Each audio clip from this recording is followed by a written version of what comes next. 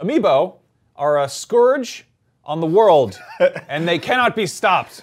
No, I'm just kidding. They're cute little toys. They are really funny because it's really like every time I think I'm out, Nintendo's like, we got some new ones, and I'm right back in.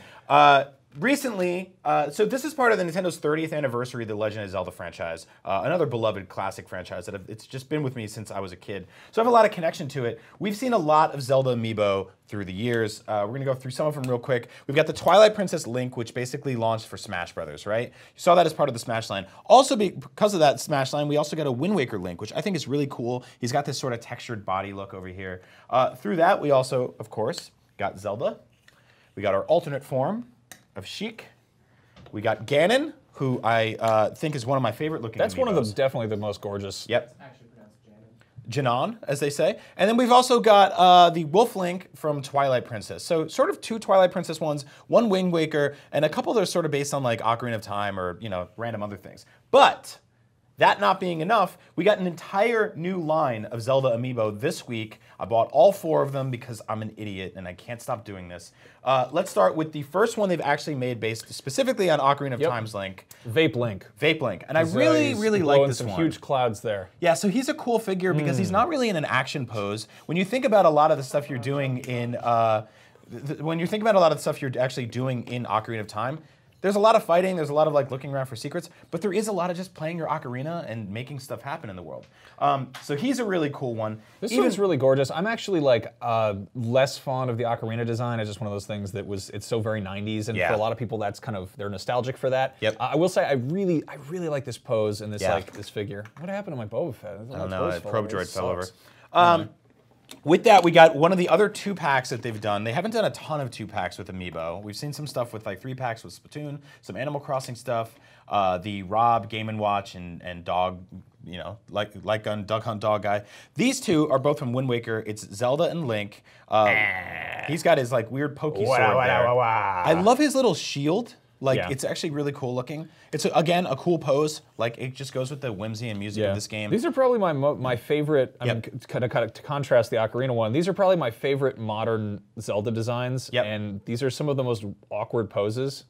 Like, she's like, well, I don't know. What are you doing later? Oh, gee whiz, I don't know. And he's like, I mean, he's doing, you know, this Harry Potter baloney, but it looks like he's losing his balance. So let me tell you the Zelda that I would have wanted, and I'm going to try to do it without spoilers, but there's a scene towards the end of the game where she uses the light arrow, and she's got a bow and arrow, and I would have loved that action, that sort of hero pose. But last but not least, this might be my favorite, one of my favorite Amiibo ever made. It's very weird, it's very chunky.